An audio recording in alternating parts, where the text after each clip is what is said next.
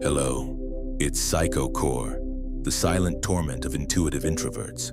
Have you ever sensed that your consciousness resembles a deserted theater where every notion reverberates with an echo that remains unheard by others? Picture this: an infinite corridor, dimly illuminated by a wavering flame. You traverse it in solitude. Each footfall resonates, each shadow extends endlessly. Just when you believe only stillness exists, a murmur emerges from behind. You are your own captor. Perhaps you assume I'm overstating this, that it's merely a theatrical method to seize your focus, but no. This is the most precise portrayal of what occurs within the depths of your awareness when you're born with the burden that few possess the bravery to acknowledge. Being an intuitive introvert.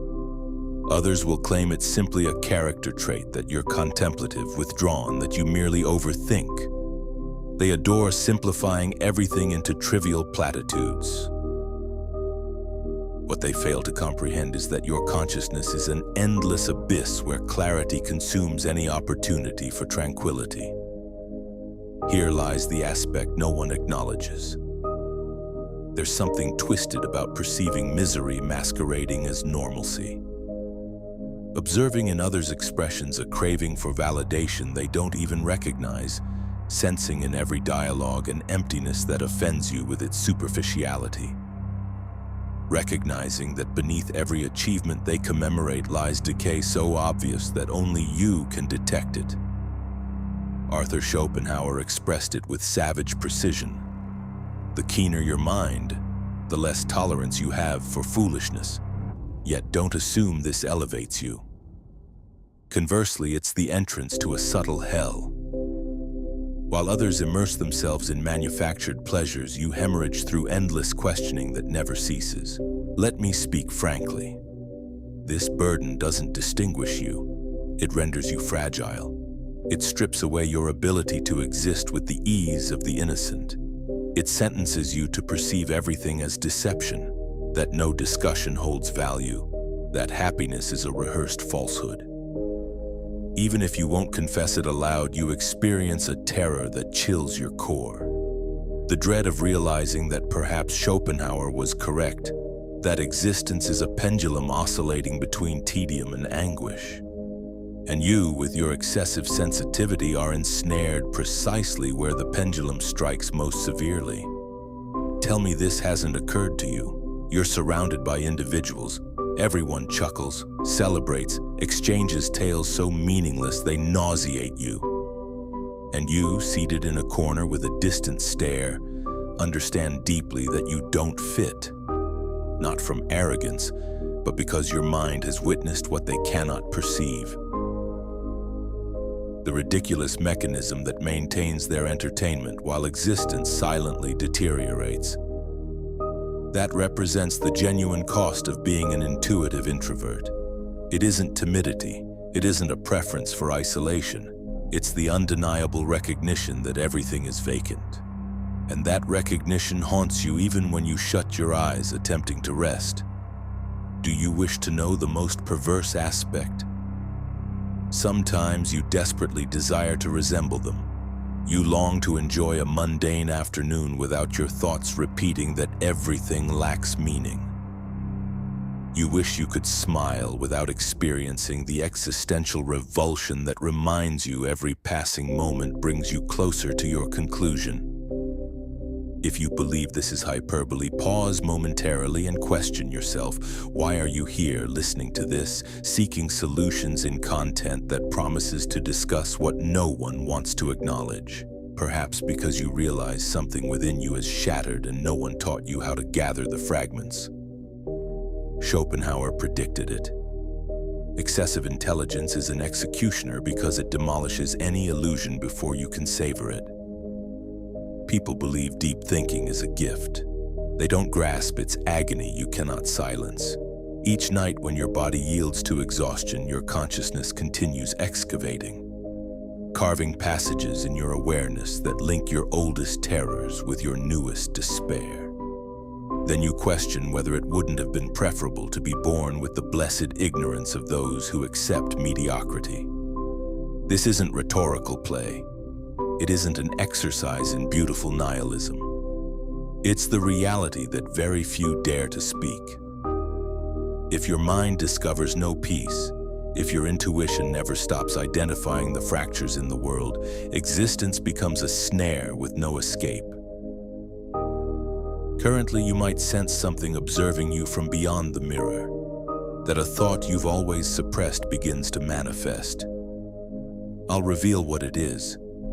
The suspicion that you're entirely alone in your clarity, that no one else shares this curse. But there's something more sinister than solitude, the impossibility of returning.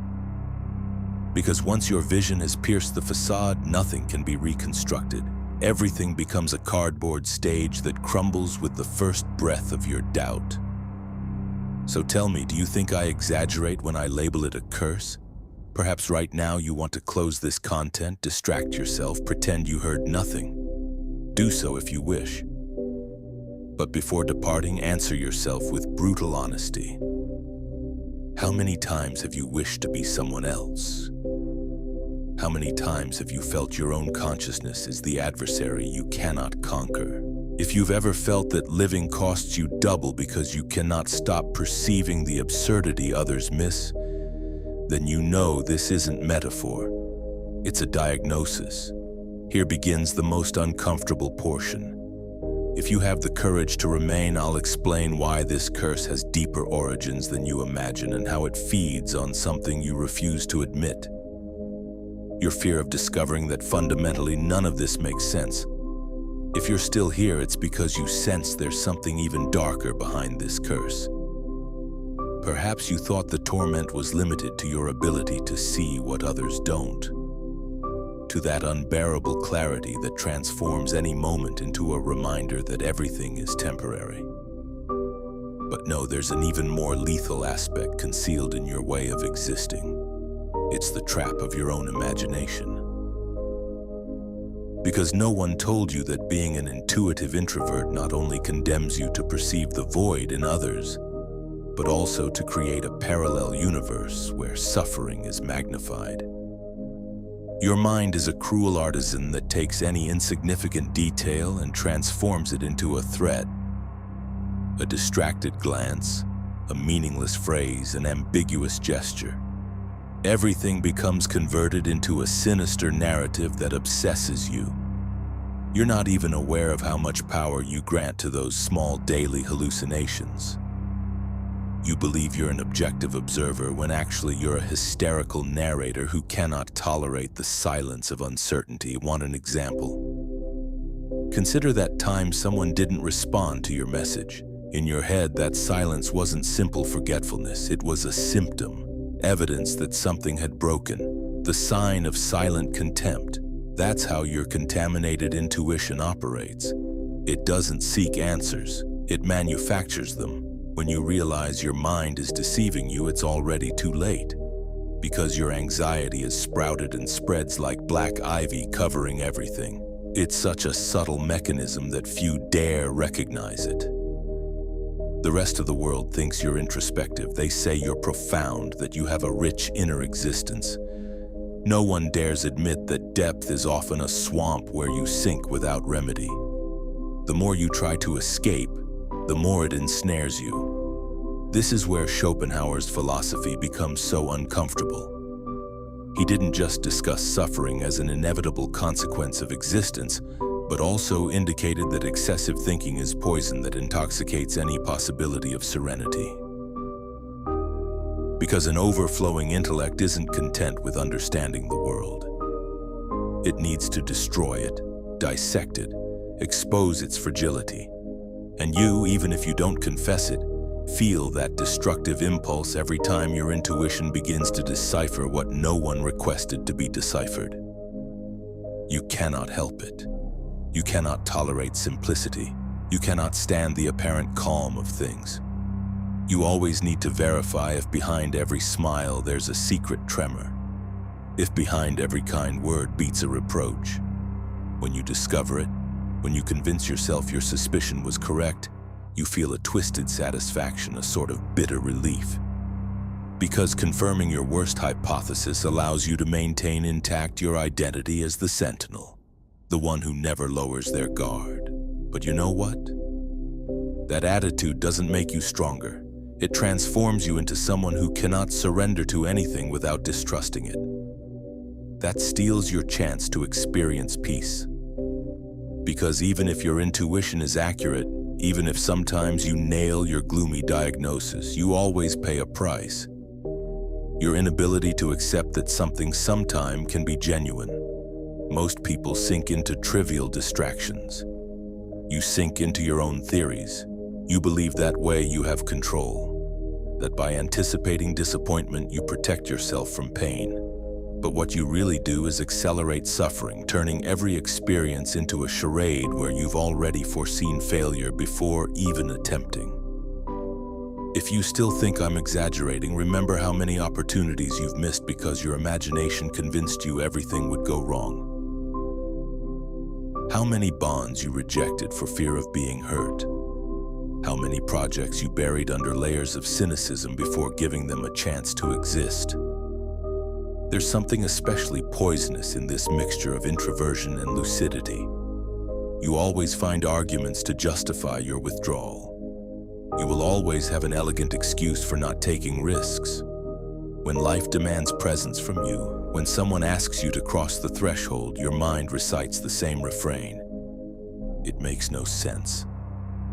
But what if the real nonsense is always staying on the sidelines? What if your hypertrophied intellect is just an excuse not to participate? It's more comfortable to dissect life than to live it. It's easier to point out everyone's flaws than to accept the uncertainty of belonging.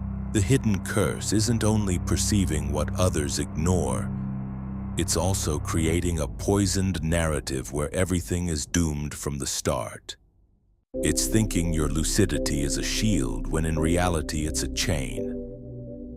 The worst part is that every time you tell yourself everything is meaningless, you reinforce the only story you know how to tell, that of inevitable failure. If you're still here, if you keep listening to this voice that won't leave you alone, maybe it's because deep down you suspect your way of seeing the world isn't a sign of wisdom, but a symptom of fear. The fear of getting involved, of making mistakes, of accepting that no matter how much you observe, you can never control every variable. That, my friend, is the most dreadful thing of all. Because while you thought your intuitive capacity made you invulnerable, life reminded you that nothing hurts more than living trapped in a mind that never rests. A mind that examines everything but never finds peace. If you ever feel you cannot continue, that your own intellect becomes a monster devouring your energy, remember that Schopenhauer didn't write his ideas to destroy you. He wrote them so you would understand suffering is inevitable, but resignation doesn't have to be eternal. The challenge isn't to turn off your lucidity. That would be impossible. The challenge is not to let your imagination, with all its sharpness, decide for you what deserves to be lived and what doesn't. Because as long as you keep giving that power away, as long as you keep listening to that voice that always suspects everything, you will remain the most sophisticated prisoner there is, a jailer of yourself who confuses vigilance with freedom. Now breathe. Look around you.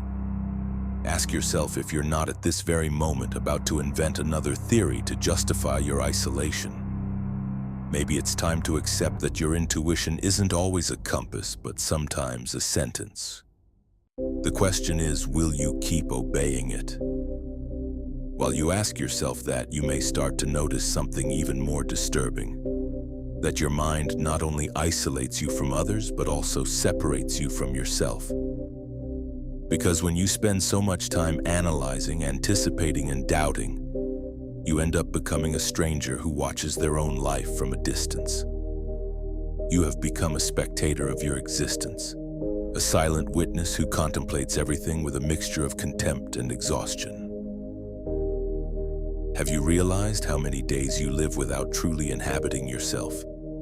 You rise, go through the minimal rituals, fake interest in predictable conversations, pretend to care about things that deep down you don't. And meanwhile, a part of you watches silently, repeating that poisonous litany, "This is all theater." Maybe you're right, but what do you gain from that certainty?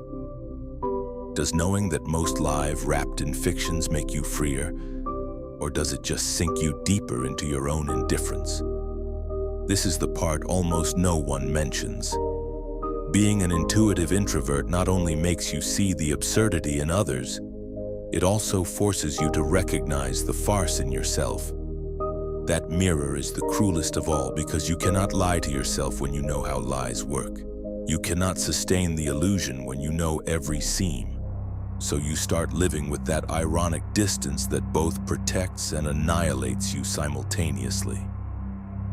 The irony is that although your intellect dissects everything, there's one question you always evade.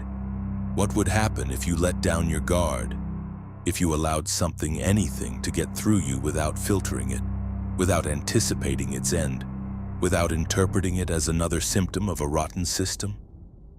Would you be weaker? Or maybe you'd discover a part of yourself that has been waiting too long for permission to manifest. Here appears another face of the curse no one warned you about. The inability to give yourself. Because when you have trained your mind to suspect everything, even beauty seems suspicious. Joy feels uncomfortable. Others' enthusiasm sounds like naivety or a lie. So you take refuge in sarcasm that seems like intelligence but is really a fear of being exposed. Tell me you don't recognize yourself in this ritual. Someone shares with you a dream, a project, a love, an illusion, and you politely nod, but inside you're already making a diagnosis. They're fooling themselves. This won't work out. In the end, it will break. Maybe you're right. But that lucidity, no matter how much you boast about it, is also a coffin because it robs you of the possibility of getting involved, of contaminating yourself with the passion of another human being, even if only for a moment. The worst is that this inability to give yourself isn't accidental. It's a defense your mind has perfected with discipline. Because when you feel too exposed to pain, your most effective strategy is emotional paralysis. Letting everything pass through a clinical filter, not allowing anything to truly penetrate.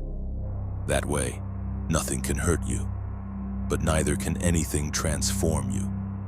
While you repeat this pattern, your life becomes smaller and smaller. Safer, yes, but also more sterile. You become an expert in observing, judging, anticipating. But you have forgotten the essential, that none of that is living. That all that constant vigilance is just a sophisticated way not to feel. Here is the part that will hurt you the most to accept. Your lucidity doesn't make you special. It makes you lonely.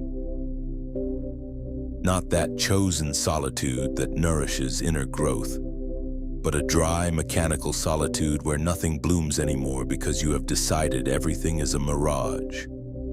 Maybe you think I exaggerate, but answer honestly. When was the last time something, an idea, a person, a place, truly excited you without your mind reducing it to a potential disappointment? When was the last time you allowed yourself the innocence to get involved unconditionally? That is another secret torment of being an intuitive introvert. Your extreme sensitivity made you distrust everything. Over time, that distrust stopped being a resource to protect you and became your identity. You no longer know how to live any other way than with skepticism as your banner. In that skepticism, you found refuge and also condemnation. Now I'll tell you something that might bother you more than everything else we've said. Your intuition doesn't always tell you the truth, because the mind, when fed only by its own fear, ends up interpreting the world as a hostile place even when it isn't. Then the most tragic thing happens to you. You start rejecting experiences that could have saved you from your own abyss. You become a discreet saboteur, an executioner disguised as an observer. The more time you spend in that role, the more you convince yourself there is no way out. Because intellect will always find an argument to justify paralysis. It will always have a lucid analysis telling you why it's better not to try, not to feel, not to trust. So you sink little by little into a sea of certainties that don't nourish, they only destroy. But here is where everything changes. Here is where your story can take a different path. Because even if your mind insists on proving everything is useless, you still have the last word. You can keep living like a spectator who never gets involved, or you can start questioning that voice that always predicts disaster. Because hard as it may be to believe, that voice isn't the only version of you. What if one day you decided that your lucidity doesn't have to be a prison? What if for once you dared to live without guarantees, without anticipated diagnosis, without that wall of irony that prevents you from feeling? What if you recognize that behind all your skepticism, there's a desperate hunger for authenticity? Maybe then you would discover that true courage isn't distrusting everything. True courage is opening yourself up, knowing you can lose, allowing something to matter to you enough to hurt. Because if you have understood anything living with this curse, it's that life isn't about understanding it. Life is made to be lived, even if your mind writhes in discomfort. While you listen to this, maybe you feel something inside you beginning to stir, a part of you that has been anesthetized for too long. Let it wake up. Because believe it or not, it's still there waiting for you to give it back the right to feel. When you listen to it for the first time in a long time, you will feel a different vertigo. The vertigo of being alive. While that vertigo runs through your chest, maybe you start to understand something you always intuited but never dared to accept. That the lucidity you have so revered is only part of your nature, not its entirety. That your sharp intellect, your capacity to anticipate, dissect, and suspect is a powerful tool, but also a knife you have stabbed yourself with too many times out of fear of living unarmored. Look at yourself now, listening to these words that pull you out of your lethargy, feeling a mix of discomfort and curiosity you don't know how to classify. Because something inside you is breaking. It's not your strength, but that false certainty that everything must be understood before being experienced. I want you to imagine for a moment another scene, a place where you allow your intuition to be an ally, not a jailer, where you choose to participate even knowing you might fail, where you give yourself the chance to get involved without measuring every step with the precision of a surgeon. Maybe, just maybe, you'd discover that behind all this caution, there isn't a superior instinct, but a deep fear that something real might happen and change you forever. Because, and here's the secret few confess, there's something scarier than disappointment. The possibility that something authentic happens and forces you to abandon your old identity. You have built so long on that identity of the lucid observer that you don't know who you would be without it. But let me tell you something your mind will hate. Maybe you are much more than that ironic narrator who feeds on disenchantment. Maybe beneath all those layers of skepticism, there's still a being capable of wonder, capable of feeling without shame, capable of believing, even if only for a second, that existence isn't just a rehearsal of suffering. So here we are, you and me, at the end of this journey that began with an uncomfortable whisper and ended up being a mirror you didn't expect to look into so closely. Maybe you have felt anger. Maybe you have laughed bitterly. Maybe right now you have a lump in your throat, because you know every word has aimed exactly at the place you've always tried to protect. That's good, because only when something truly hurts you does movement begin. I want you to take this with you. You are not your intuition, nor your intellect, nor your capacity to dissect reality. You are the space that exists before all that appears. You are that consciousness that can still decide what to do with its lucidity. You aren't condemned to perpetual solitude. You aren't forced to live in a theater where everything is a lie. You can choose. Even if your mind tells you it's impossible, you can. Before you close this content and return to your usual routines, I want to propose a small experiment. If something you've heard has stirred you, if you feel even a spark of identification, write it in the comments. You don't need to tell your life story. Just leave a phrase your future self can read again and remember this moment existed. You can write, for example, the vertigo of being alive. That way I'll know you made it to the end, that you had the courage to stay even though everything in your head whispered it wasn't worth it. If this content has accompanied you in that endless night of thoughts, remember there are others who understand this silent torment. Here you won't find easy answers, but questions no one else dares to ask.